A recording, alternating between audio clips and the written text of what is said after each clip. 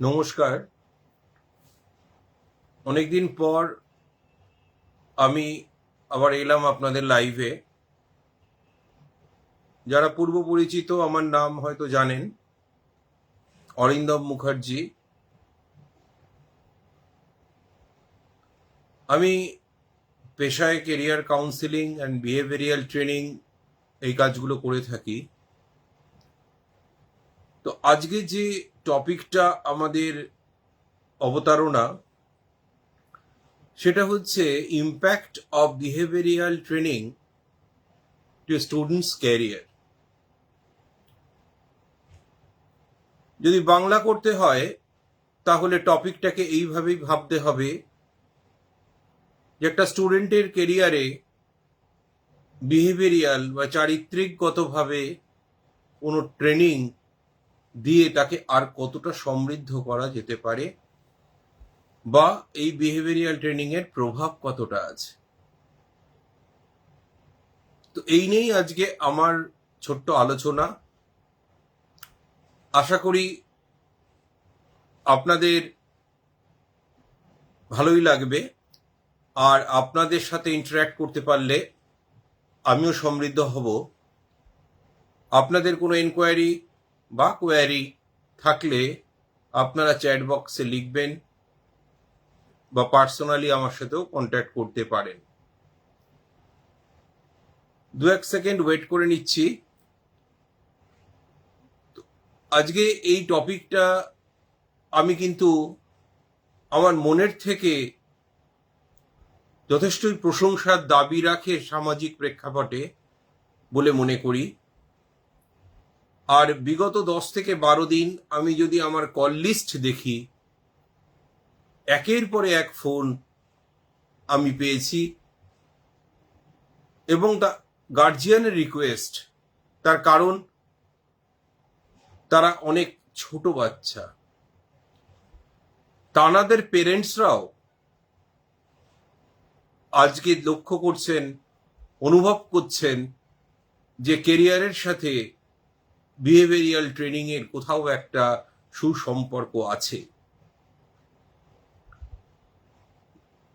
কারণ বিগত 10 থেকে 12 দিন আমি যে কটা ফোন রিসিভ করেছি বা আমার অফিস রিসিভ করেছে, তার মধ্যে ক্লাস উঁচুর দিকে যে ক্লাসগুলো সেগুলো তো আছেই, কিন্তু আপনারা শুনলে অবাক হবেন, ক্লাস 2-তে পড়ে একটি বাচ্চা, তার গার্জিয়ানও কিন্তু এনকোয়ারি করেছেন যে আমার বাচ্চাকে কি করে আমি পড়াশোনায় মনোসংযোগ করব, সে চারিত্রিকভাবে এত অস্থির হয়ে যাচ্ছে। তো সেক্ষেত্রে আপনাদের বলবো যে আপনারা স্টুডেন্টদের এই প্রয়োজনগুলো অনুভব করবেন, যে তারা কি চায়, কিভাবে পড়াশুনোর সাথে তার কেরিয়ারকে লিঙ্ক করতে চায়। কেন এই কথাটা বললাম? পড়াশোনায় সবাই ভালো হবে আমরা প্রত্যাশা করি, প্রত্যেক অভিভাবক, প্রত্যেক শিক্ষক শিক্ষিকা আমরা অনুভব করি তারা ভালো হোক, জীবনে সুপ্রতিষ্ঠিত হোক। কিন্তু দেখুন, মেধার দাম তো দিতেই হবে। সুতরাং কেউ হয়তো একটু ভালো চাকরি করবে, কেউ একটু কম করবে, কেউ হয়তো একটা বিজনেসে থাকবে। এই তো আমাদের সামাজিক জীবন। কিন্তু চারিত্রিক যদি স্খলন ঘটে যায়, সেটা যে বয়সেই হোক না কেন, সেটা প্রাইমারি লেভেল থেকে শুরু করে high school, college level, masters level এবং প্রফেশনাল লেভেল, এই পুরো জায়গাটাতেই যদি চারিত্রিক গঠন সঠিক না থাকে, এবং যিনি ধরুন বিজনেস করতে যাচ্ছেন বা যাচ্ছ স্টুডেন্টরা, তাদের মধ্যেও যদি চারিত্রিক গুণাবলী সঠিকভাবে প্রয়োগ না হয়, তাহলে আমরা একথা স্বীকার করতে পারি যে কেরিয়ারে 2 পয়সা ইনকাম করা যেমন ইম্পর্টেন্ট, তেমনি সমাজে মাথা উঁচু করে চারিত্রিকভাবে ছোট থেকে আপব্রিং হওয়া বা বড় হওয়া ঠিক ততটাই ইম্পর্টেন্ট। সুতরাং খুব বেশি দেরি না করে যখন আমি এই ফোনগুলো পেয়েছি, মনস্থির করে ফেলেছি যে না, আজকে এই টপিকেই আমি লাইভে আসব।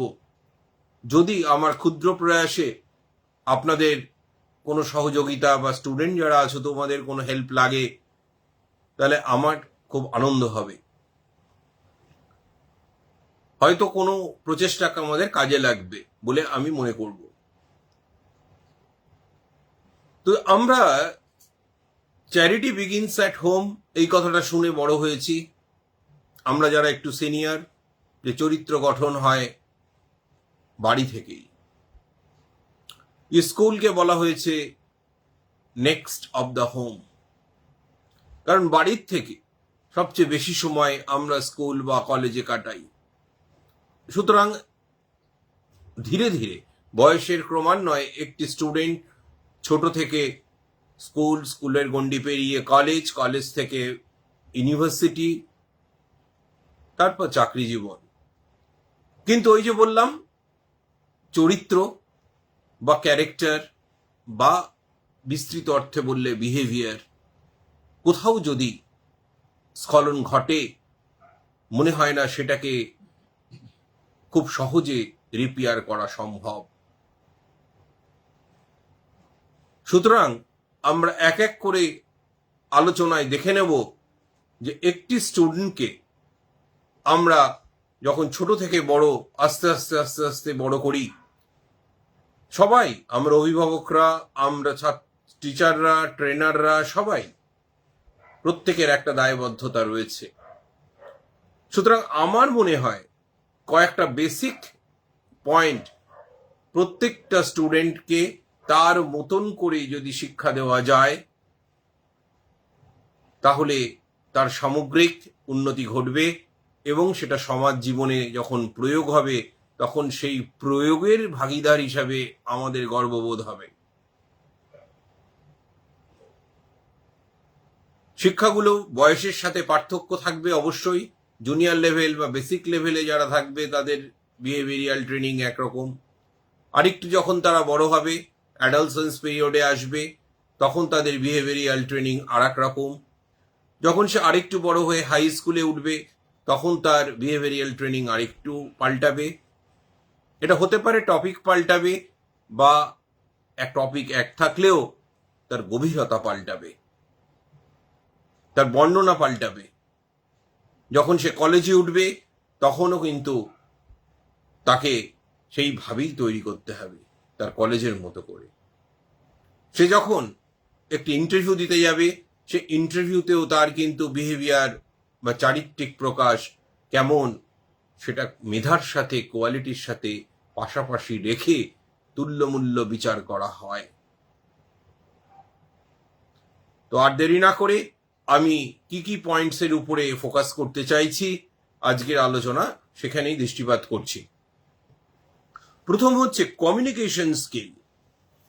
কমিউনিকেশন স্কিল দ্যাট, যেমন একটি ছাত্রের কমিউনিকেশন স্কিল কিরকম থাকবে বা থাকা উচিত, সে ব্যাপারে কিন্তু বুঝতে হবে যে একটি ছাত্রের কমিউনিকেশন স্কিল কেমন থাকবে। তার মানে সে খুব ভালো ইংরেজি বলে কি খুব ভালো হিন্দি বলে বা যে ভাষাতেই সে স্বচ্ছন্দ বোধ করে, এটা নয়। সে কমিউনিকেশনের যে প্রোজ অ্যান্ড কনস, তার সুবিধা অসুবিধা, কতটা কথা বলা যায়, কোন সিচুয়েশনে কতটা কথা বলা উচিত, সেইটা তাকে বোঝাতে হবে। তো যারা আজকে লাইভে জয়েন করেছেন তাদের আমি ওয়েলকাম করছি। শ্রীমতী মিঠু বাসু, জোসি নিকঞ্জ, তানিশা উকিল, তানিশা আমাদের ছাত্রী, সুচরিতা মুখার্জি, যে কটি নাম আমি স্ক্রিনে দেখতে পাচ্ছি, বাকিগুলো তো স্ক্রল হয়ে উপরে উঠে যাচ্ছে। সবাইকেই আমি ওয়েলকাম করছি। আপনাদের কোনো প্রশ্ন থাকে আপনারা এখানে লিখবেন, আমি প্রশ্নের উত্তর দেওয়ার জন্য চেষ্টা করব। 2 নম্বরে আসছি কমিউনিকেশনের পরে প্যাশন। প্যাশন, দেখুন, প্যাশন শব্দটা কিন্তু কমপ্লিটলি মেধার সাথে যুক্ত নয়। মেধার সাথে যুক্ত আমার অ্যাপটিটিউড বা প্রত্যুৎপন্ন মতিত্ব। প্যাশন জিনিসটা হচ্ছে আমি যদি একটা ছবি আঁকি, সেটা আমি কত মনোযোগ সহকারে করছি। আমি যখন কুকিং করছি বা রান্না করছি, আমি কত মনোযোগ সহকারে করছি। আমি যখন পড়াশুনো করছি, সেটা কত দরদ দিয়ে করছি। স্টুডেন্ট লাইফে সে আড্ডাও দেবে, কিন্তু কোন বন্ধু স্যারকে আড্ডা দিচ্ছে সেটা অভিভাবকের খবর রাখা উচিত একটা বয়স অবধি। সেখানেও যখন সে আড্ডা দেবে, গল্প করবে, নিউজ পেপার পড়বে, সে যাতে প্যাশনেট হয়। আমরা যখন কলেজ বা বিশ্ববিদ্যালয়ে ক্লাস নিতে যাই, আমরা দেখি লাইব্রেরিতে ছেলেমেয়েরা হা হি গল্প করছে। It is not very good. It is not at all very good. Say library work করবে, তখন সে লাইব্রেরি ওয়ার্কটা যাতে প্যাশনেটলি করে। সুতরাং সেই প্যাশন কথাটার মর্মার্থ যে বয়সের বাচ্চাকে যেমন ভাবে বোঝানো উচিত, ঠিক সেইভাবেই বোঝানো দরকার। তাহলে ফার্স্ট পয়েন্ট ছিল কমিউনিকেশন স্কিল, সেকেন্ড পয়েন্ট হচ্ছে প্যাশন। ওয়েলকাম মুনমুন্দি, শুভ সন্ধ্যা, দিদিকে ওয়েলকাম আমার লাইভে। আর কুনাল, মিস্টার কুনাল চক্রবর্তী, কুনালদা তোমাকেও ওয়েলকাম। যাই হোক, আমি আমার আলোচনায় আসছি। তো কমিউনিকেশন স্কিল আর প্যাশন, এই দুটো পার্ট কিন্তু কভার করতে হবে একটা স্টুডেন্ট লাইফে। তাহলে যে বয়সের যেরকম স্টুডেন্ট, তাকে ঠিক সেইভাবে কিন্তু তৈরি করতে হবে। প্রতিটা শব্দ ছোট থেকে বড় সমস্ত স্টুডেন্টের জন্য সমানভাবে প্রযোজ্য। 3 নম্বর, আমরা আমাদের কাছে যে সমস্ত বিহেভিয়ারাল ট্রেনিং, ক্যারিয়ার কাউন্সেলিং ছেলে মেয়ে আসেন বা আসে বা গার্জিয়ানরা আসেন, প্রত্যেকের বলবো না, কিন্তু আজকাল দেখা যাচ্ছে মানুষজন খুব কনফিউজড, ভীষণভাবে কনফিউজড, যে আমি কি পড়বো, কেন পড়বো, কি করলে কি হবে। আগে থেকে ভাবনা চিন্তা না করে বেশ কিছু মানুষ কিন্তু একটা পথে এগিয়ে যাচ্ছেন। তাদের উদ্দেশ্যে বলা যে প্রোঅ্যাক্টিভিটি, যে আগে থেকে ভাবা, প্রোঅ্যাক্টিভিটি, আগে থেকে ভাবা, এইটা কিন্তু খুব জরুরি। যে আমি আগে থেকে ভাববো, তার জন্য আমি যেখানে যেখানে যাওয়ার প্রয়োজন সেখানে সেখানে যাব, খোঁজ খবর নেব, ওয়েবসাইট দেখব, টিচার, প্রফেসর, হতে পারে নেইবার, যে কোনো জায়গায়। সেই প্রোঅ্যাক্টিভিটি পার্টটা খুব important in the part of behaviour of the student, whenever I can correlate it with the student's career. Nibha বৌদি, তোমাকে ওয়েলকাম আমার লাইভে। 4th পয়েন্ট, স্টুডেন্টকে রিস্ক নিতে দিতে হবে। কিভাবে? একটি স্টুডেন্ট ছোটবেলা থেকে বাজার করতে একটু ছাড়তে হবে হাতে পয়সা দিয়ে, যখন ছাড়া সম্ভব, যখন অবশ্যই ছাড়া সম্ভব সামাজিক প্রেক্ষাপটে দাঁড়িয়ে, তখন তাকে ছাড়তে হবে। সে কি করে বাজার করছে, কিভাবে হিসাব আপনাকে এনে বুঝিয়ে দিচ্ছে, এটা খুব সংক্ষেপে বললে যে এটাও কিন্তু একটা তাকে হেল্প করবে চরিত্র গঠনে।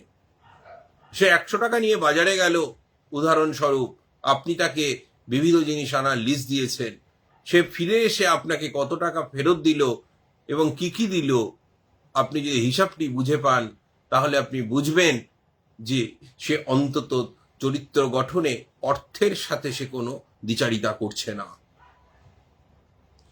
প্রেমাংশু মুখোপাধ্যায়, আপনাকেও স্বাগত আমার লাইভে। দীপাঞ্জন দা, ওয়েলকাম। হয়তো আমরা ভাবি যে এটা খুব ভীষণ রিস্কি। বাচ্চারা পারবে কিনা, পচা জিনিস নিয়ে আসবে, খারাপ জিনিস নিয়ে আসবে, কদিন আনবে?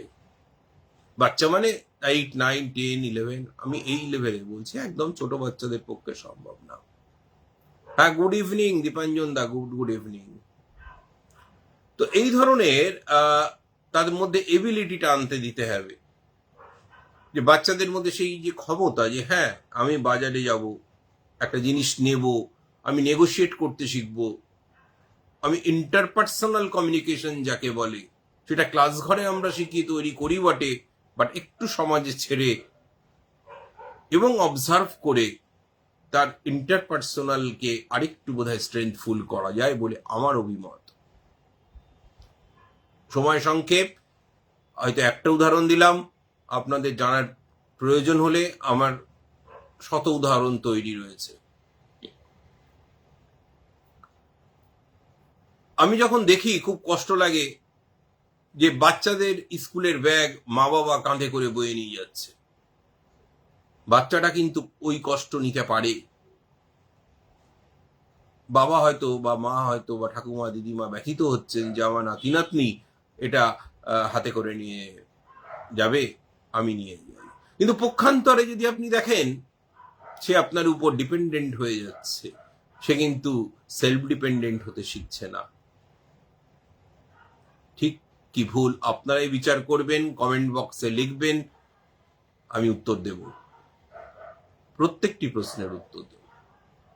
সুতরাং এবিলিটি আমাদেরও আছে কিনা, আমরা অভিভাবক, টিচার, সমাজের যে কেউই হোক, তাকে আমরা সঠিকভাবে ছাড়তে পারছি কিনা, গাইড করতে পারছি কিনা, সে প্রশ্ন চিহ্ন হয়তো তুলে ধরছি। তার মধ্যে আমিও পড়ছি না তা নয়। তো আশা করি চতুর্থ পয়েন্ট আমাদের কাছে একটু ক্লিয়ার হলো। নেক্সট আসছি এমপ্যাথি অ্যান্ড কম্প্যাশন। এমপ্যাথি মানে একটা বাচ্চাকে কিন্তু ছোট থেকেই বুঝতে দিতে হবে, তোমার বিপরীত দিকে যে ইন্টারভিউ দিতে যাবে, ফর এক্সাম্পল, যে তোমার উল্টো দিকে যিনি আছেন তিনি কি চাইছেন, তিনি কি পছন্দ করেন, তুমি সেইভাবে রেডি হও, তাকে তোমায় কনভিন্স করতে হবে। তুমি একটা বেগার রাস্তায় দেখে তোমার টিফিন খরচ থেকে বাঁচিয়ে তুমি 2 টাকা দিচ্ছ কি 1 টাকা দিয়ে সাহায্য করছো, দ্যাট মিনস ইউ আর এমপ্যাথেটিক্যাল।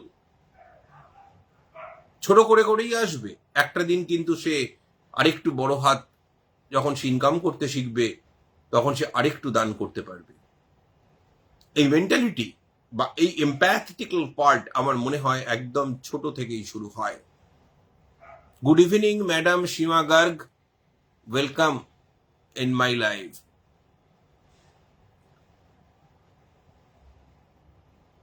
তো এটা গেল এমপ্যাথির পার্ট, নিজেকে ওই অন্যের জায়গায় রেখে ভাবা। আর কম্প্যাশন বলতে কতটা আমি একজনকে প্রয়োজনে সাপোর্ট করছি, আমি কতটা হেল্পফুল মেন্টালিটি নিয়ে চলছি, আমার হেল্পকে আমি পৌঁছে দিতে চাইছি, পৌঁছে দিচ্ছি।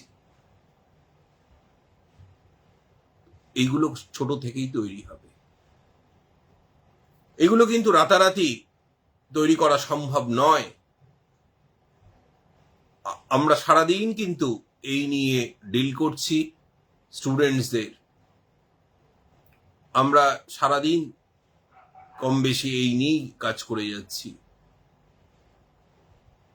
কিন্তু আপনারা হয়তো মানবেন যে আস্তে আস্তে একটি বাচ্চাকে ধাপে ধাপে তৈরি করলে যে স্ট্রেংথটা তৈরি করা যায়, তাকে এত।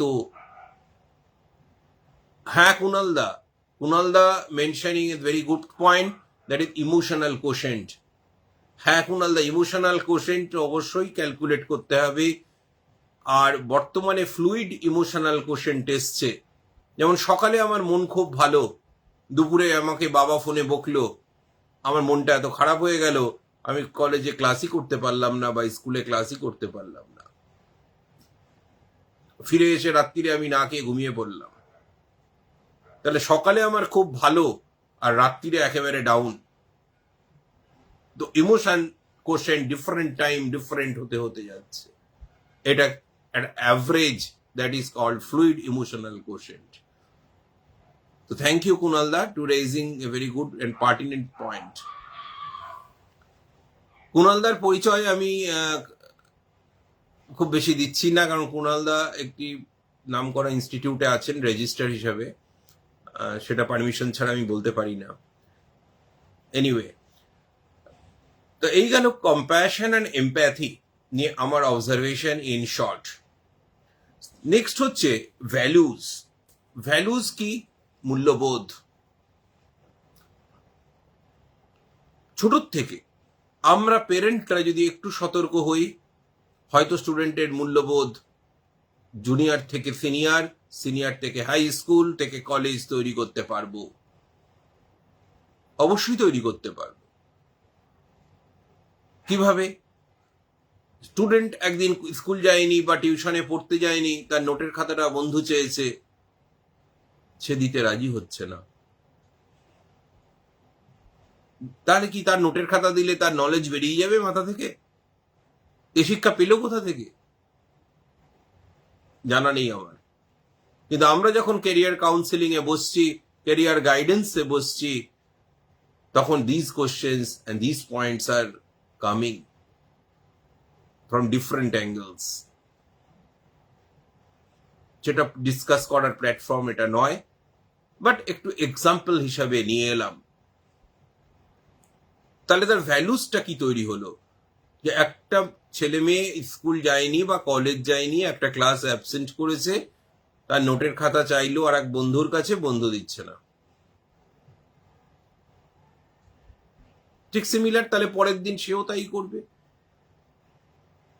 কিন্তু এটা সঠিক শিক্ষা বলে আমার মনে হয় না। সুতরাং মূল্যবোধের জায়গাটা, রাস্তায় কেউ পড়ে গেছে, তাকে একটু, যদি তার ক্ষমতা মানে সেই লেভেলের স্টুডেন্ট হয়, অন্তত তুলে একটু ফার্স্ট এইড করা বা আশেপাশের লোককে একটু ডেকে দেওয়া, এইটুকু মূল্যবোধ ছোট থেকে যদি তৈরি হয়, তাহলে হয়তো যখন সে বড় হবে আরেকটু বৃহত্তর সামাজিক অর্থে তার মূল্যবোধ সমাজের উপকারে আসতে পারে।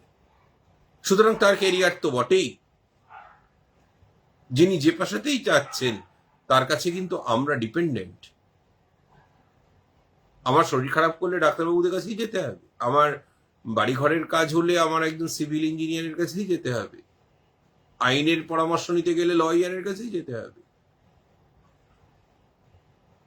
তো লাইক দ্যাট, সুতরাং কোথাও একটা ভ্যালুজ এর ডেফিসিয়েন্সি অবজার্ভ আমি করছি। আপনারা কতটা একমত আপনারা এখানে লিখতে পারেন যে হ্যাঁ, এই ভ্যালুজ নিয়ে আপনাদের কোনো মতামত থাকলে। কারণ এখানে যারা জয়েন করেছেন, স্টুডেন্ট, অভিভাবক, বিভিন্ন ফ্যাটার্নিটি থেকে, টিচার, ট্রেনার, মুনমুন্দি খুব নামকরা yoga trainer Abhishek Gupta, good evening and welcome mister Gupta.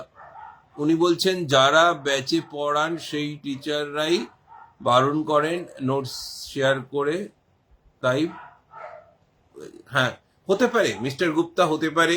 অনেক রকম কারণে আজকের বাচ্চারা কিন্তু ভীষণভাবে লক্ষ্যভ্রষ্ট, তাদের মনটা কলুষিত, তারা কিন্তু খুব ওপেন মাইন্ডে থাকে না। আপনারা যারা ওদের সাথে মিশবেন, আরো 5টা বাচ্চার সাথে কথা বলবেন, gradually you can come to know. Welcome mister Himanshu Adhikari in today's live.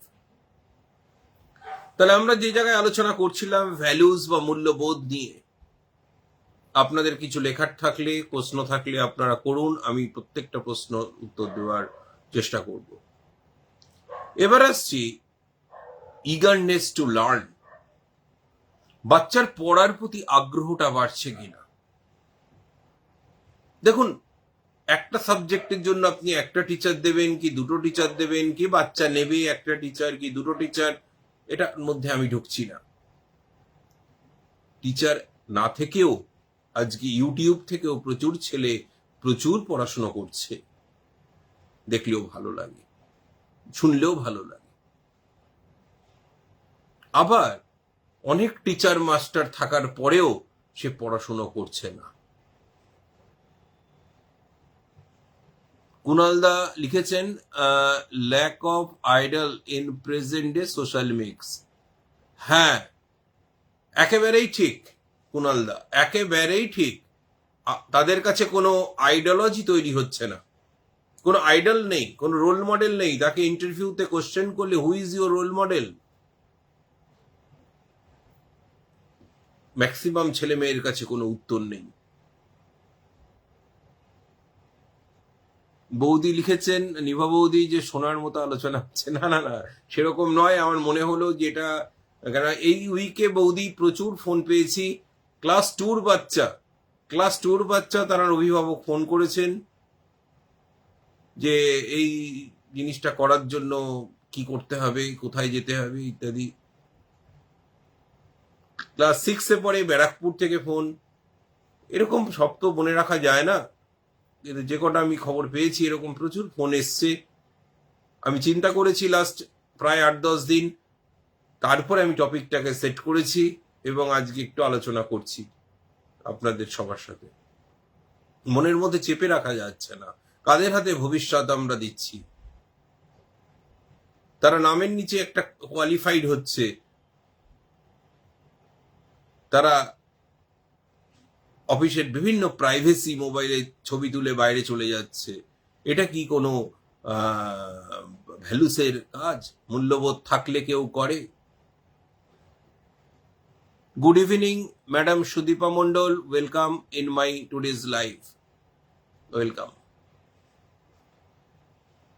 তো যেটা বলছিলাম যে ইগারনেস টু লিসনিং এবিলিটি, এটা করার জন্য কিন্তু, বা লার্নিং এবিলিটি, হয়তো কোথাও মেডিটেশন, হয়তো কোথাও একটু যোগা, এগুলোর প্রয়োজন আছে সামাজিক প্রেক্ষাপটে। লাইভে ছিলেন বা আছেন হয়তো, আমি স্ক্রলে দেখতে পাচ্ছি না, মুনমুনদি, ম্যাডাম মুনমুন মুখার্জি। উনি খুব নামকরা trainer, physical trainer, yoga trainer, meditation trainer. দিদি, আপনি যদি এখানে থাকেন, আপনার সুচিন্তিত মতামত সবাইকেই সমৃদ্ধ করবে। আর একটা জিনিস হচ্ছে, ছাত্রদের আমরা বোঝাতে পারছি কিনা জানি না যে এফিসিয়েন্সি আর এফেক্টিভনেস, এই দুয়ের মধ্যে পার্থক্য কি। মিস্টার গুপ্তা লিখেছেন, এনইপিটা ভালো সিস্টেম নয়, কলেজে ক্লাস হচ্ছে না, শুধু এক্সাম, তবে ইউটিউবে ক্লাস করে অনেক উপকৃত হচ্ছে। দেখুন, এনইপি ভালো সিস্টেম কিনা এটা একটু কন্ট্রোভার্সিয়াল ব্যাপার, কারণ এনইপিতে পার্সোনালিটি ডেভেলপমেন্ট ক্লাস আছে, যোগা ক্লাস আছে। তো ন্যাচারালি কিভাবে সেই কলেজ অর্গানাইজ করছে এটা বোধহয় সবচেয়ে গুরুত্বপূর্ণ। সুতরাং অল অ্যারাউন্ড হতে হবে ছেলে মেয়েকে, এটা মনে হচ্ছে যে অবজেক্টিভটা আমাদের সেরকমই। ওয়েলকাম প্রদীপ্ত, গুড ইভিনিং, ওয়েলকাম শ্রাবণী। কেমন আছো শ্রাবণী? আমাদের ছাত্রী, পুরনো ছাত্রী, বর্তমান ছাত্রীও বটে শ্রাবণী। তো কোথাও বোধহয় যে আলোচনাটা করছিলাম যে এফিসিয়েন্সি আর এফেক্টিভনেসের মধ্যে কোথাও একটা পার্থক্য আছে। কাকে বলে এফিসিয়েন্ট আর কাকে বলে এফেক্টিভনেস, কোথাও বোধহয় আমরা হারিয়ে ফেলেছি। কুণালদা লিখেছেন, lack of tolerance in human society. ঠিকই তো, আমাদের সহ্য শক্তি কমে যাচ্ছে। আগের টিচাররা, আমরা যারা সিনিয়র আছি এখানে, তারা কিন্তু মেনে নেব যে আগের টিচাররা প্রচন্ড কড়া শাসন করতেন, অনুশাসন ছিল। বেতের বাড়ি, চকলেট, ডাস্টারের বাড়ি, বেতের বাড়ি, এগুলো খেয়ে কিন্তু আমরা কম বেশি পানিশমেন্ট নিয়ে বড় হয়েছি। সুতরাং কোথাও তার কেরিয়ারের চরিত্র গঠনে, to build the career is not the easy, কোথাও বোধহয় তাদের ভূমিকা আজকে কোথাও ফুটে উঠছে যে এই জিনিসটা দরকার ছিল। টিচারের হাতে বেতের প্রয়োজন ছিল, অনুশাসনের প্রয়োজন ছিল। হ্যাঁ শ্রাবণী, ভালো আছো? ভেরি গুড, আমিও ভালো আছি। দীপাঞ্জন দা লিখছেন সেলফ সেন্টার্ড অ্যাটিটিউড। হ্যাঁ দীপাঞ্জন দা, আমি একমত। তার মেন কারণটা হয়তো আমি যেটা বলবো সেটা সবাই আপনারা মেনে নেবেন কিনা জানি না। আমরা জয়েন্ট ফ্যামিলি থেকে ক্রমশ ভেঙে ভেঙে নিউক্লিয়ার ফ্যামিলিতে চলে গেছি, সুতরাং আমরা থেকে আমিত্বে চলে এসেছি। সুতরাং সকাল থেকে রাত অব্দি আমি আমি আমি। সুতরাং এই অ্যাটিটিউড চেঞ্জ করা আমার এই 15-20 মিনিট কি আধ ঘন্টার ডিসকাশনে চেঞ্জ হবে না। প্রত্যেকটা মানুষকে এর গহনে গভীরে ঢুকতে হবে, ভাবতে হবে, চিন্তা করতে হবে। ভালোর তো একটা শেষ আছে, কিন্তু সেলফ সেন্টার যদি হই তাহলে আমি ভালো, 1 নম্বর কম পেয়েছে বলে আর একটা ছেলে খারাপ। দেখা যেতে পারে তার হয়তো চারিত্রিক অন্য বৈশিষ্ট্য অনেক ভালো, যেটা নম্বরে ফুটে ওঠেনি। ওয়েলকাম অরুণ দেব, আমার অনেক পুরনো আগের ছাত্র। ভালো আছিস অরুণ দেব? যাই হোক, আমরা আলোচনায় এফিসিয়েন্সি আর এফেক্টিভনেস আমরা পার্থক্য হয়তো বোঝাতে পারছি না।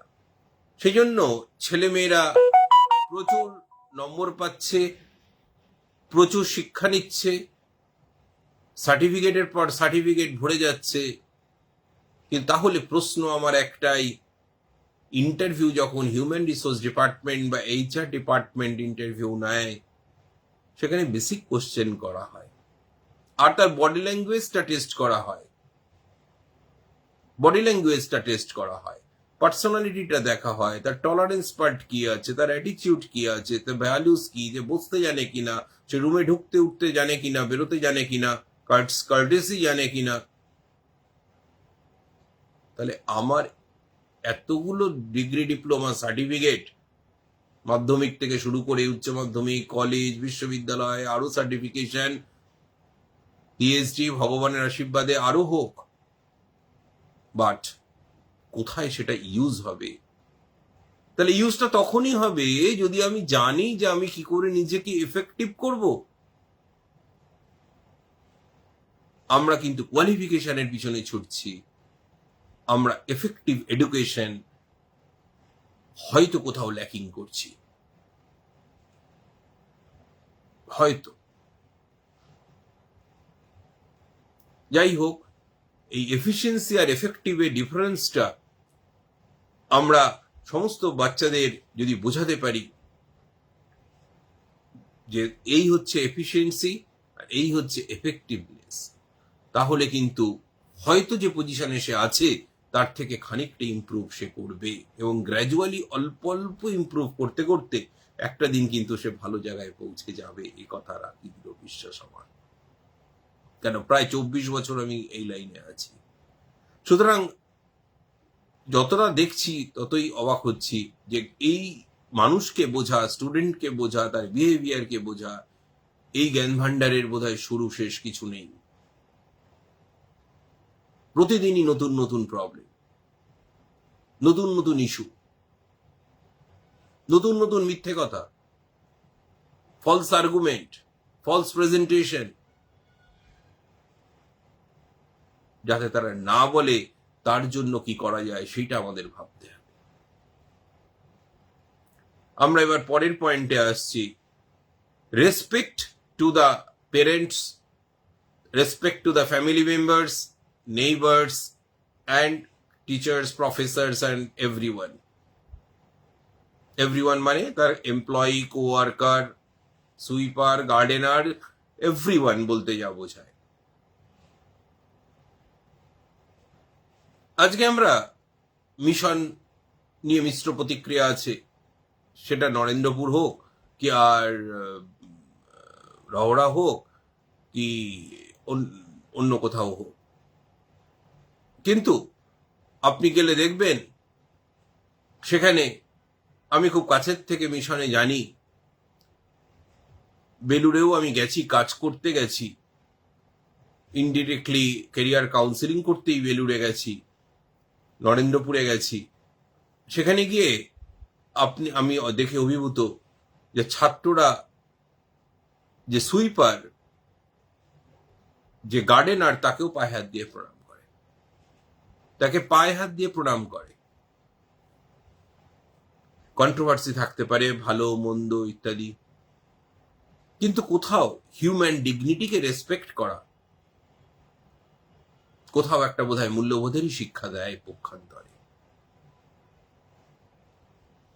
প্রদীপ্ত লিখেছ, effective discussion, human value system is destroying day by day. হ্যাঁ, হিউম্যান ভ্যালু সিস্টেম বলে কিছু নেই। হিউম্যানের যে ভ্যালু, সেটা এখন আর্থিক ভ্যালু, প্রাইস, কে কত প্যাকেজ পেল, যে তার অফার লেটারে কি প্যাকেজ আছে, কিন্তু সে অফিসে কি কি কাজ করবে, কিভাবে টাইম স্পেন্ড করবে, কোয়ালিটি টাইম স্পেন্ড করবে কিনা, কিভাবে উঠছে বসছে, অবাক হয়ে যাবে প্রদীপ্ত। তুমি যদি HR লাইনের কোনো একটা অফিসে ডিপার্টমেন্টে গিয়ে দেখো সিসিটিভিতে যে কি হচ্ছে আর কি না হচ্ছে। এক্সেপশনাল তো অবশ্যই আছে, ভালো মানুষ কি নেই, ভালো ছাত্রছাত্রী, ভালো মানুষ প্রচুর আছে, কিন্তু যেভাবে এই জিনিসটা বেড়ে যাচ্ছে, বিহেভিয়ারাল ডিসঅর্ডার, সেটা নিয়ে কিন্তু সত্যিই ভাবার চিন্তা আসছে। রিসেন্টলি জয়েন করেছেন দেবপ্রসাদ বিশ্বাস, মিস্টার দেবব্রত বিশ্বাস, আপনাকে ওয়েলকাম আমার লাইভে। তো এই যে কাইন্ডনেস টুয়ার্ডস দ্য জুনিয়র কোওয়ার্কার, আজকে আমরা যখন ছোট ছিলাম, আমার পাড়ার লোক আমাকে যদি রাত হতো জিজ্ঞেস করতো যে এত রাত হচ্ছে কেন, এবং মোটামুটি একটা উত্তর দিয়েই কিন্তু আমাকে আসতে হতো। একটা অনুশাসন, শাসনের বেড়াজাল টপকে আমি ঘরে ঢুকতাম। ঘরের শাসন তো ঘরের মতন, আজকে সব উধাও। কিন্তু এই বলে যদি আমরা হাত পা গুটিয়ে সবাই বসে থাকি, তাহলে নেক্সট জেনারেশন কি হবে সেটা বোধহয় ভাবারও বাইরে। কাদের হাতে কোন প্রজন্ম আমরা ছেড়ে যাব,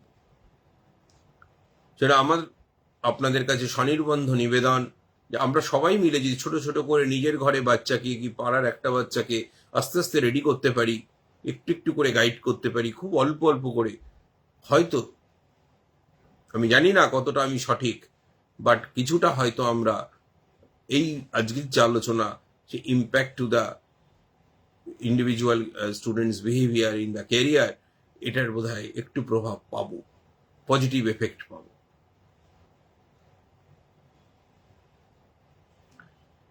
পরের পয়েন্টে আসছি, যেটা অ্যাটিটিউড বলে আপনারা লিখছেন, আমি অ্যাটিটিউডেই থাকবো, কিন্তু কম্পোজড অ্যান্ড কাম অ্যাটিটিউড বাচ্চাদের মধ্যে খুব দেখা যাচ্ছে। কিছু একটা রাগ হলো, একটা ছুঁড়ে ফেলে দিল, বাবা মার সাথে অশান্তি শুরু করলো। একটু বড় হয়ে গেলেই, কলেজ লেভেলে গেলেই, যে আমাকে একটা বাইক কিনে দাও, আমাকে একটা এই কিনে দাও, নালে আমি দরজা বন্ধ করে ঘরের মধ্যে পড়ে রইলাম। কি একটু বাইরে বেরিয়ে চলে গেলাম, বাবা মা 14 বার ফোন করছে, আমি ফোন ধরছি না। আমি এই অ্যাটিটিউডের কথা কখনোই আনছি না। আমি যে অ্যাটিটিউডটা বলতে চাইছি, সেই অ্যাটিটিউডটা হচ্ছে কাম, কম্পোজড অ্যাটিটিউড।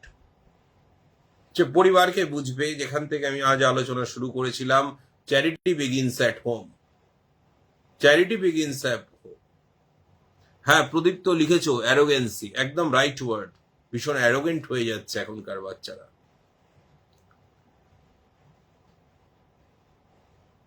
ক্যারিয়ার কাউন্সিলিং এ এসছে বাবা মা বাচ্চা, ধরো 11-12 পড়ে, মেয়ে কথা বলছে কি ছেলে কথা বলছে, হয়তো বাবা কাউন্টার করেছেন কি মা কাউন্টার করেছেন, সে যেভাবে এরম করে বাবা মায়ের দিকে তাকালো, এটা যথেষ্ট ইঙ্গিত বহন করে যে সে বাবা মার প্রতি কতটা রেসপেক্ট দেয় বা বাবা মার প্রতি কতটা কথা শুনে চলে। সুতরাং এই কাম অ্যান্ড কম্পোজড অ্যাটিটিউড ভীষণভাবে ইম্পর্টেন্ট। গুড ইভিনিং পিকলুদা, গুড ইভিনিং, ওয়েলকাম। আর একটা হচ্ছে স্টুডেন্ট লাইফে কনফ্লিক্ট। কনফ্লিক্ট তো আমরা ভাবি নেগেটিভ শব্দ, হ্যাঁ নেগেটিভ, কিন্তু যারা আমরা একটু গভীরে কাজ করি, এটাকে পজিটিভলি ইউজ করা যায়। সে আলোচনায় আমরা আসছি না এখন। কিন্তু এই যে কনফ্লিক্ট যদি একটা ঘটে থাকে, তাকে কি করে মিনিমাইজ করা সম্ভব, কনফ্লিক্ট যাতে না আসে তার জন্যই বা কি করণীয়, আমাদেরই ভাবতে হবে। পিকলুদা লিখেছেন, খুব গুরুত্বপূর্ণ মন্তব্য এখনকার ছেলে মেয়েদের, আপনার কথাগুলো গুরুত্বপূর্ণভাবে বিবেচনা করলে তাদের সামনে নিম্ন খুবই সুন্দর হবে। হ্যাঁ দাদা, ব্যাপারটা তো হয়তো কারো কাছে বা সবার কাছে মানে মনে হচ্ছে এটা গুরুত্বপূর্ণ, কিন্তু এটা অ্যাপ্লাই করা সবাইকেই অল্প অল্প করে কন্ট্রিবিউট সোসাইটিতে করতে হবে, তবে গিয়ে কিন্তু না হলে আমার বাড়ির ছেলে আপনার সমাজের কোনো না কোনো ঘর থেকে কিছু শিখবে, আপনার ঘরে ছেলে মেয়ে আত্মীয় স্বজন সে আর একটা কত জিনিস শিখবে অন্য কোথা থেকে। ভালো জিনিস শিখুক, কিন্তু একটু একটু করে সবাইকেই অনুশাসনে ফিরতে হবে। যেটা আলোচনা আমাদের হচ্ছিল যে কাইন্ডনেস, হ্যাঁ কাইন্ডনেস তো বলেছি, আর একটা আলোচনা হচ্ছিল কনফ্লিক্ট। ঠিকই তো, কনফ্লিক্ট বাচ্চার মনে প্রচুর আসবে, প্রচুর প্রশ্ন করে আমাদের বাচ্চারা, হয়তো আমরা পেরেন্টসরা অধৈর্য হয়ে যাই যে এত প্রশ্ন এদের। দেখুন, প্রশ্নটা তো কৌতূহলেরই একটা অংশ, তো কৌতূহলটা কখন আসে? যখন তার কাছে উত্তর নেই। তো উত্তর নেইটাকে যদি ঘুরিয়ে ধরিস, he or she is in conflicting. খুব সাধারণভাবে একটা, সে পুজোর আগেই জামা কিনতে গেছে, কোন একটা ড্রেস তার পছন্দ, বাবার পছন্দ না, ছেলে বা মেয়ের পছন্দ, তাহলে প্ল্যাটফর্মটা কিন্তু কমন, সেই জামাটা। তাহলে কনফ্লিক্টটা হচ্ছে কোথায়? ওই যে পোশাকটা অ্যাকসেপ্টেড না না, কিন্তু সেখানে মাথা গরম করলে আপনার চলবে না, সেখানে মাথা ঠান্ডা করে ধীরে ধীরে তাকে বোঝাতে হবে যে কেন অপছন্দ, বা ঘর থেকে আস্তে আস্তে তাকে আপনার রুচিটাকে তার মধ্যে, তার কালচারের মধ্যে ইনকর্পোরেট করতে হবে। এটা আপনাকেই পারবেন, আপনিই পারবেন। সায়ম হোসেন, হ্যাঁ আমার বন্ধু, ওয়েলকাম সায়ন, কেমন আছো? Good evening. তো এই ধরনের কনফ্লিক্টকে যদি ডিল করতে হয় বাচ্চার সাথে, তাকে ঠান্ডা মাথায় করতে হবে, বুঝিয়ে করতে হবে, নাহলে তার প্রভাব গিয়ে তার পড়াশোনায় পড়বে, তার প্রভাব পড়াশোনায় পড়া মানে আলটিমেটলি কেরিয়ারে ক্ষতি হওয়া। সুতরাং এখন খুব touchy and sentimental young generations বা টিনেজার্স বলাও ভালো, তাদের সাথে চলতে গেলে সেই জায়গাটা বুঝে পা ফেলতে হবে আমাদের সিনিয়র সবাইকে। আর একটা জিনিস না বললেই নয়, টাইম ম্যানেজমেন্ট। টাইম ম্যানেজমেন্ট নিয়ে কি বলবো, সময়ের যে গুরুত্বপূর্ণ অধ্যায়, সেই অধ্যায়টা আজকে যেমন অনেক ছেলে মেয়েদের মধ্যে আছে, আবার অনেকের মধ্যে থেকে ভ্যানিশ। যদি এই টাইম ম্যানেজমেন্ট আজকে ছোট থেকে তার মধ্যে না আসে, আমি কথা দিচ্ছি ভবিষ্যতে কিন্তু খুব বড় সমস্যার সম্মুখীন হতে হবে। তার হওয়া জিনিস হবে না, আমি নেগেটিভ অর্থে বলছি না, যাতে তার হয় তাহলে তার জন্য টাইম ম্যানেজমেন্টটাকে বুঝতে হবে। সারাদিন নাকি স্যার সময় পায় না, ছাত্র এসে বলে, কোনো এক ছাত্র যে স্যার বিহেভিয়ারাল ট্রেনিং ক্লাসে এসে বলল আমি সময় পাই না। সময় কেউ পায় না, তাকে আগেই উত্তর হচ্ছে সময় করে নিতে হয়। ঠিক আছে, তুমি একটা রুটিন বানাও, দেখি তোমার রুটিনটা কি, ওই রুটিনটা তোকে বানাতে দিতে হবে। অবশ্যই সেখানে টাইমগুলো সে স্পেন্ড করছে বেশি গল্প করে, বেশি ঘুমিয়ে, বেশি খেলে, বেশি খেলা দেখে, ওয়েব সিরিজ দেখে সে সময় নষ্ট করছে, ফেসবুক দেখে, সেই টাইমগুলো তাকে বোঝাতে হবে এবং ওই টাইমে তাকে কাজ করতে হবে। Good evening Suman, good evening Biplab da, good evening. আরো একজন জয়েন করেছিলেন, নামটা স্ক্রল করে খুব কুইক উঠে গেল, আমি বলতে পারলাম না, সরি। আপনাদের প্রত্যেককেই ওয়েলকাম আমার লাইভে। তো যেটা আলোচনা করছিলাম টাইম ম্যানেজমেন্ট, তো সে একটা টাইমে যদি না যায় তার তো একটা রিজার্ভেশন প্লেনও ছেড়ে চলে যাবে, তার তো ট্রেনও চলে যাবে, সে ইন্টারভিউর অপরচুনিটি মিস করবে, সে রাইট টাইমে ক্লাসে যেতে পারবে না। সে যদি একটা ব্যাংকে কাজ করতে যায়, ব্যাংকের ম্যানেজার বা অফিসার একটা টাইম দিয়েছে যে তুমি সকাল 11টায় এসো, সে ক্যাজুয়াল হয়ে যেতে যেতে সে 11:30 12টায়, সে যে কেন দেরি করে গেল ব্যাংকে সেটা প্রশ্ন না, কেন আমার কাজটা হবে না সেটা প্রশ্ন। আমি নিজে কানে ব্যাংকে গেলে, গভর্নমেন্ট অফিসে গেলে এই সবগুলো শুনতে পাই,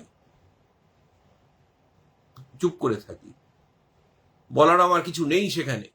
কিন্তু এটা ঘরেরই মানুষরা পারবেন, তাদের বাবা মা, দাদু ঠাকুমা দিদিমা, যখন সে ঠান্ডা থাকবে তাকে আস্তে আস্তে বোঝাতে যে দেখ বাবা তোর তো দেরি হয়েছে, তোর তো দেরি হয়েছে, অফিস তো তোকে রাইট টাইমে যেতে বলেছিল। Good evening Pavel Banerjee, good evening আমার লাইভে আসার জন্য। তো এইভাবে টাইমের যে একটা বড় মাহাত্ম আছে বা গুরুত্ব আছে, এই জিনিসটা একটু বোঝানো দরকার, না হলে কিন্তু অপরচুনিটি কামস ওয়ান্স। অপরচুনিটি লাইফে সে একবারই আসবে, সেই অপরচুনিটি যদি সে ধরতে হয় তাকে সময়ের কাজ সময় করতে হবে, না হলে কিন্তু সে সাকসেস পাবে না। এটা আমরা সিনিয়ররা জানি, বিশ্বাস করি। কিন্তু এর যে সমস্যাটা অন্য। ধরুন ঠিক টাইমে সে এন্ট্রান্স, কোনো ডাক্তারি হোক, ইঞ্জিনিয়ারিং হোক, ম্যানেজমেন্ট হোক, কোনো একটা প্রিপারেশন নিচ্ছে না রাইট টাইমে, তাহলে কি হচ্ছে? তাহলে সে 1 বছর লস করে পরে দিচ্ছে। ইন বিটুইন তার বন্ধুরা প্লেসড হয়ে যাচ্ছে, তখন সে মন থেকে মেনে নিতেও পারছে না। Good evening Satyaki, good evening. কিন্তু আজকে অনেকেই আছে যারা রানিং ইয়ারে বিভিন্ন এন্ট্রান্স, ডাক্তারি হোক, ইঞ্জিনিয়ারিং হোক, ম্যানেজমেন্ট হোক, বা আরো যে কোনো প্রবেশিকা পরীক্ষা, ল হোক, নার্সিং হোক, পরীক্ষা দিয়ে একটা করে কোর্সে ঢুকে পড়ছে। সেটা কি টাইমের ইউটিলাইজেশন নয়? এই জিনিস কিন্তু আমরা বহু বছর ধরেই বলে আসছি, এখনো বলছি, যতদিন পারবো শেখানোর চেষ্টা করব। জানি না কতটা সমাজকে দিতে পারছি বা পারবো, কারণ আমরা যারা সিনিয়র তাদেরও তো আস্তে আস্তে বয়স হচ্ছে। একটা 1 ঘন্টা ক্লাস নেওয়া মানে কিন্তু খুব মুখের কথা নয়। ঠিকঠাক ক্লাস নিতে গেলে তাকে 1 ঘন্টা ক্লাসের জন্য তো 2-2.5 ঘন্টা স্টাডি করতে হয়। আমি এফেক্টিভ কিভাবে, নাহলে তো ক্লাস ঘর আমার ফাঁকা থাকবে। যাই হোক, নেক্সট আসছি, স্টুডেন্টকে শেখাতে হবে সেলফ ইমপ্রুভমেন্টের টেকনিক, যে তুমি কি করে সেলফ ইমপ্রুভড হবে ধীরে ধীরে ধীরে ধীরে। যে সাপোজ তুমি একটা কোর্স করছো, সেই কোর্সের সাথে একটা ছোট কম্পিউটার কোর্স করা যায় কিনা, একটা হিন্দি ল্যাঙ্গুয়েজ কি স্পোকেন ইংলিশ কি ফ্রেঞ্চ, মানে ফরেন ল্যাঙ্গুয়েজ কোর্স করা যায় কিনা, এভাবে আস্তে আস্তে তাকে এঙ্গেজ করতে হবে। তাকে বোঝাতে হবে যে utility of the time and your self improvement are interrelated, because this is a very competing world, প্রচন্ড কম্পিটিটিভ ওয়ার্ল্ড। আমরা বুঝতে পারছি সিনিয়ররা, তাদের কাছে সেটা যুক্তিসঙ্গতভাবে বোঝালে আশা করি তারা বোঝে। আমি সেরকম ছাত্রছাত্রীও পেয়েছি যাদের যুক্তি দিয়ে বোঝালে বোঝে, বাধ্য স্টুডেন্ট, বাধ্য করে নিতেও হয়েছে। আপনারাও পারবেন। সুতরাং এইরকম বিহেভিয়ারিয়াল ট্রেট প্রচুর রয়েছে। স্ট্রেস ম্যানেজমেন্ট, কে স্ট্রেসে নেই? সবাই স্ট্রেসে আছে, স্টুডেন্টরাও আজকের দিনে স্ট্রেসে আছে। তাকে বোঝাতে হবে এই স্ট্রেসকে তোমায় পজিটিভ ভাবে ইউজ করতে হবে। Good evening Tanmoy.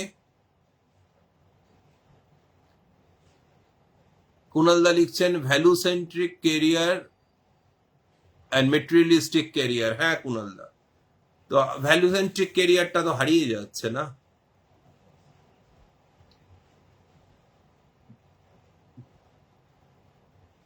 Good evening Souvik, good evening Debkrishna.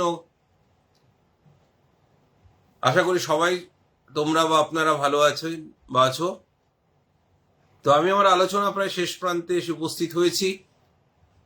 সেরকম অ্যাংজাইটি ম্যানেজমেন্ট, স্টুডেন্ট তার ক্যারিয়ারে নম্বর কতটা উঠলো, 70% না 60 না 80%, এটা নিয়ে আমি খুব একটা উদ্বিগ্ন নই।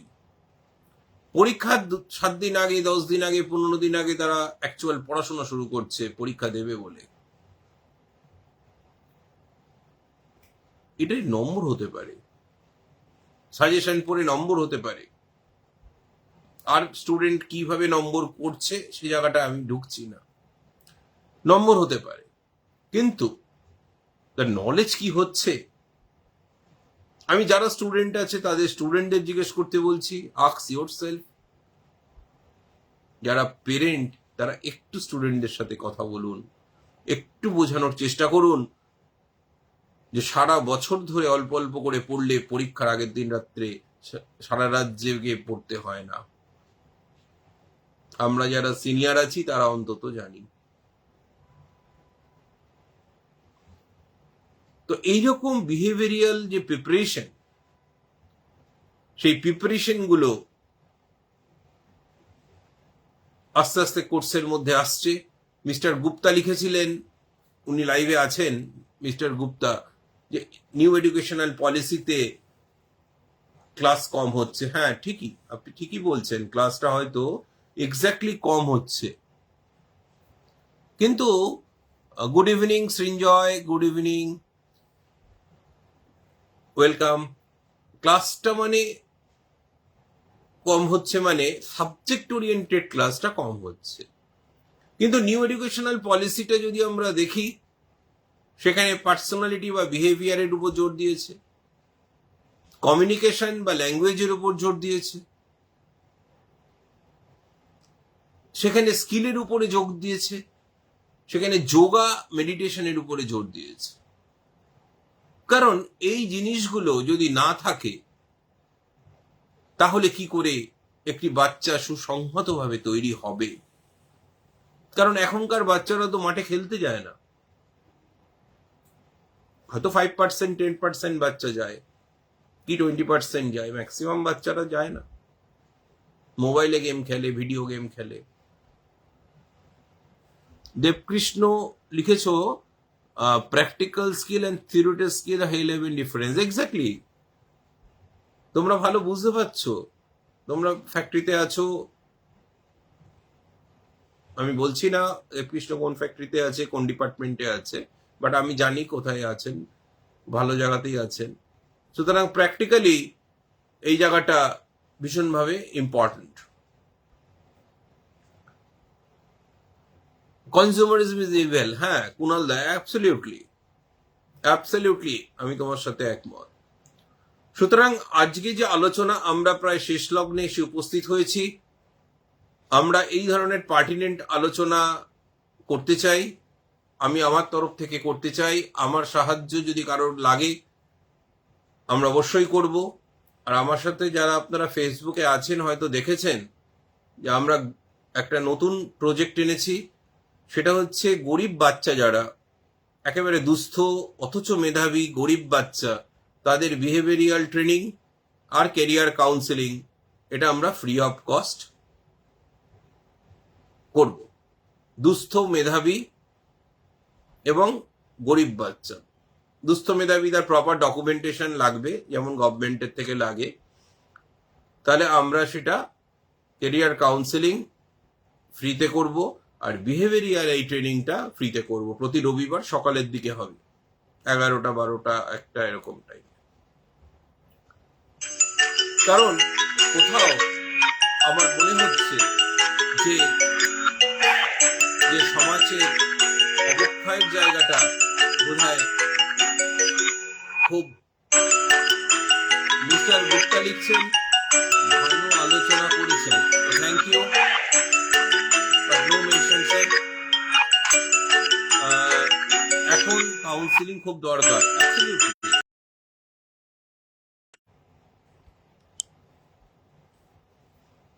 অ্যাবসলিউটলি।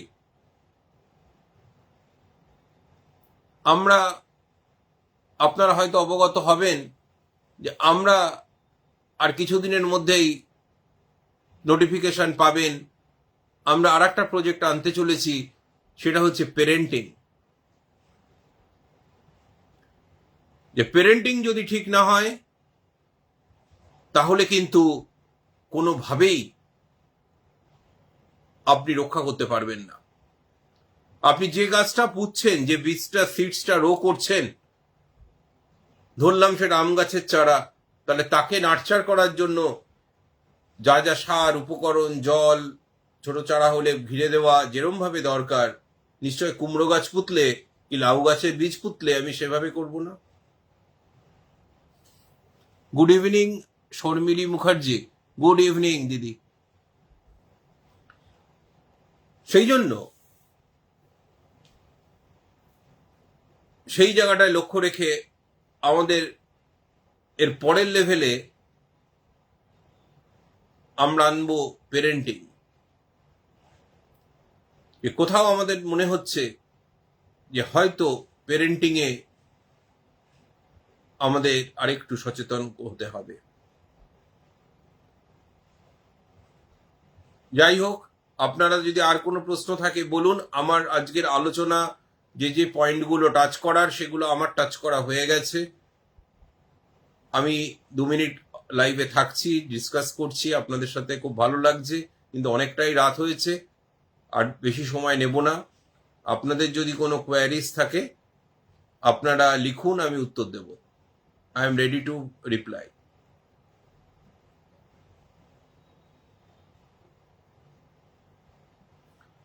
সুতরাং আজকে আপনাদের